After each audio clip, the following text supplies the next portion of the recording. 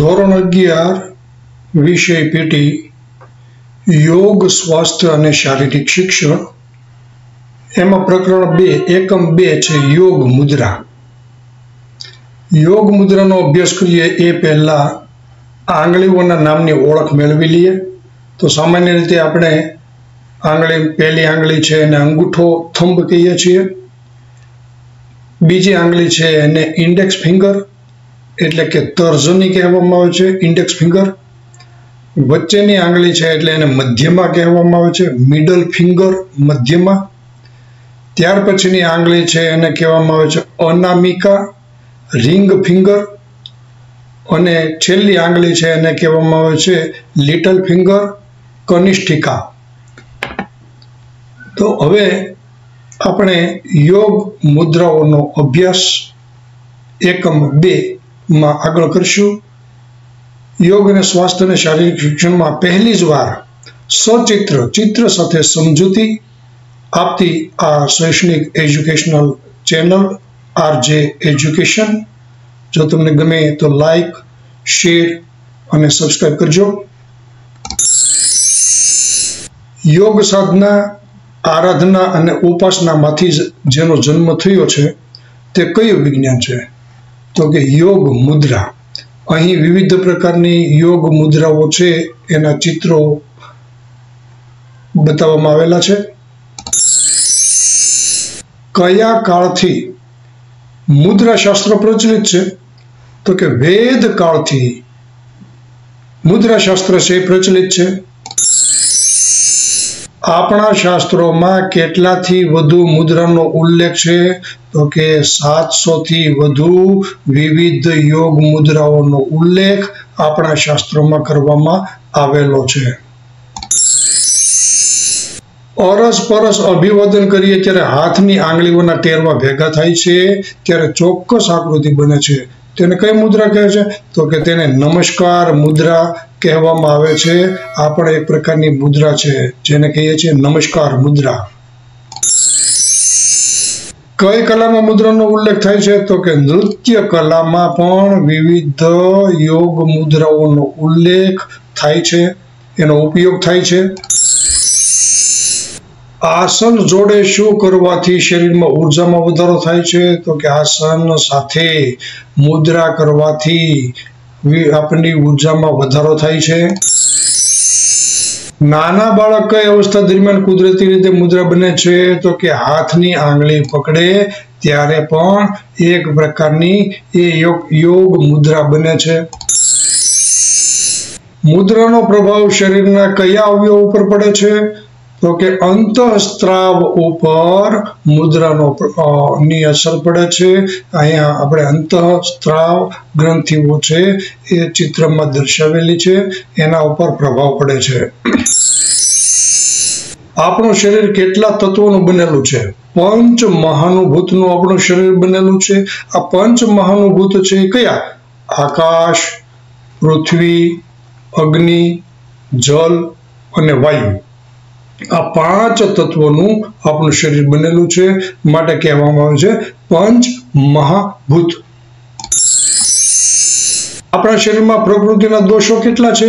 તો કે આપણા શરીરમાં ત્રિદોષ એટલે વાત, પિત્ત અને કફ, જેને ત્રિદોષ કહેવામાં આવે છે।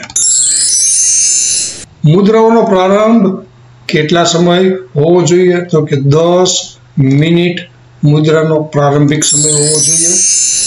કેટલા સમય સુધી મુદ્રાને કરવાથી લાભ થાય? તો કે 40 મિનિટ સુધી મુદ્રાને કરવાથી આપણને એનો બેનિફિટ્સ મળે છે, લાભ મળે છે। મુદ્રા કઈ સ્થિતિમાં ન કરવી જોઈએ? તો કે આંગળીને ખેંચીને કે તાણીને મુદ્રા કરવી જોઈએ નહીં। કઈ મુદ્રા કરવાથી ધ્યાનમાં પ્રગતિ થાય છે? તો કે જ્ઞાન મુદ્રા કરવાથી ધ્યાનમાં પ્રગતિ થાય છે। હવે જ્ઞાન મુદ્રા ચિત્રમાં દર્શાવ્યા પ્રમાણે કરવાની હોય છે। અંગૂઠો અને પહેલી એટલે કે ઇન્ડેક્સ ફિંગર બંનેને ભેગી અને બાકીની 3 આંગળીઓ છે સીધી, જેને કહેવામાં આવે છે જ્ઞાન મુદ્રા। કઈ મુદ્રા કરવાથી મગજના જ્ઞાન તંતુઓ કાર્યરત રહે છે? તો કે જ્ઞાન મુદ્રા કરવાથી મગજના જ્ઞાનતંતુઓ કાર્યરત રહે છે? કઈ મુદ્રા કરવાથી એકાગ્રતા અને યાદ શક્તિ વધે છે? તો જ્ઞાન મુદ્રા કરવાથી એકાગ્રતા અને યાદ શક્તિ વધે છે. કઈ મુદ્રા કરવાથી મન શાંત રહે છે અને જ્ઞાનનો વિકાસ થાય છે? તો કે જ્ઞાન મુદ્રા કરવાથી મન શાંત અને જ્ઞાનનો વિકાસ થાય છે. કઈ મુદ્રા કરવાથી શરીરની મેદસ્વીતા દૂર થાય છે? તો કે પૃથ્વી મુદ્રા. ઇન્ડેક્સ ફિંગર અને અંગૂઠો થંબ બંને આંગળીઓ ભેગી અને બાકીની આંગળીઓ સીધી પૃથ્વી મુદ્રા કરવાથી મેદસ્વીતા દૂર થાય છે. કઈ મુદ્રા કરવાથી શરીરની નબળાઈ દૂર થાય છે? તો કે પૃથ્વી મુદ્રા કરવાથી શરીરની નબળાઈ છે દૂર થાય. કઈ મુદ્રા કરવાથી શરીરમાં સ્ફૂર્તિ શક્તિ અને તેજસ્વીતા આવે છે? પૃથ્વી મુદ્રા કરવાથી શરીરમાં સ્ફૂર્તિ અને તેજસ્વીતા આવે છે. કઈ મુદ્રા કરવાથી પાચન શક્તિ, ઉર્જા શક્તિ અને સાત્વિક ગુણોનો વિકાસ થાય છે?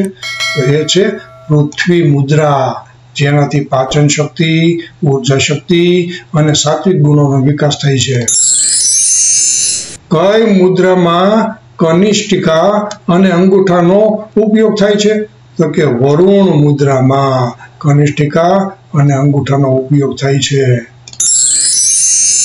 કઈ મુદ્રા કરવાથી ચામડી સુંદર અને સુવાળી બને છે? તો કે વરુણ મુદ્રા. એમાં લિટલ ફિંગર અને થંબ, અંગૂઠો અને ટચલી આંગળી ભેગી વરુણ મુદ્રા. કઈ મુદ્રા દ્વારા જળ તત્વોના રોગો દૂર થાય છે? તો કે વરુણ મુદ્રા દ્વારા જળ તત્વોના રોગો છે દૂર થાય છે. કઈ મુદ્રા કરવાથી શરીરમાં ઉર્જાનો વધારો થાય છે અને શરીર સ્ફૂર્તિલું બને છે? તો એ છે શૂન્ય મુદ્રા, જેમાં મિડલ ફિંગર અને થંબ બંને છે ભેગા અને બાકીની આંગળીઓ છે સીધી શૂન્ય મુદ્રા. કઈ મુદ્રા કરવાથી શરીરનું ઠંડીનું પ્રમાણ વધે છે અને વાયુ દોષમાં પણ મુક્તિ મળે છે? તો એ છે શૂન્ય મુદ્રા. કઈ મુદ્રા કરવાથી રુધિરમાં કોલેસ્ટ્રોલ તત્વ ઘટે છે અને લીવરના રોગોમાં રાહત થાય છે? તો એ માટે છે શૂન્ય મુદ્રા, જેનાથી કોલેસ્ટ્રોલ ઘટે અને લીવરના રોગોમાં રાહત થાય. શૂન્ય મુદ્રા. કઈ મુદ્રા કરવાથી હૃદય કાર્યવાન અને ક્ષમતાવાન બને છે? તો એ છે હૃદય મુદ્રા, કે જેમાં પહેલી આંગળી છે એને વાળવાની છે, પછીની બે આંગળીઓ અંગૂઠા સાથે ટચ કરાવવાની છે અને છેલ્લી આંગળી છે ટચલી એ સીધી રાખવાની છે, લિટલ ફિંગર. અને હૃદય જેવો આકાર બને છે એટલે એને કહેવામાં આવે છે હૃદય મુદ્રા. કઈ મુદ્રા કરવાથી અસ્થમા જેવા હઠેલા રોગોમાં ઉપયોગી થાય છે? તો એ છે હૃદય મુદ્રા.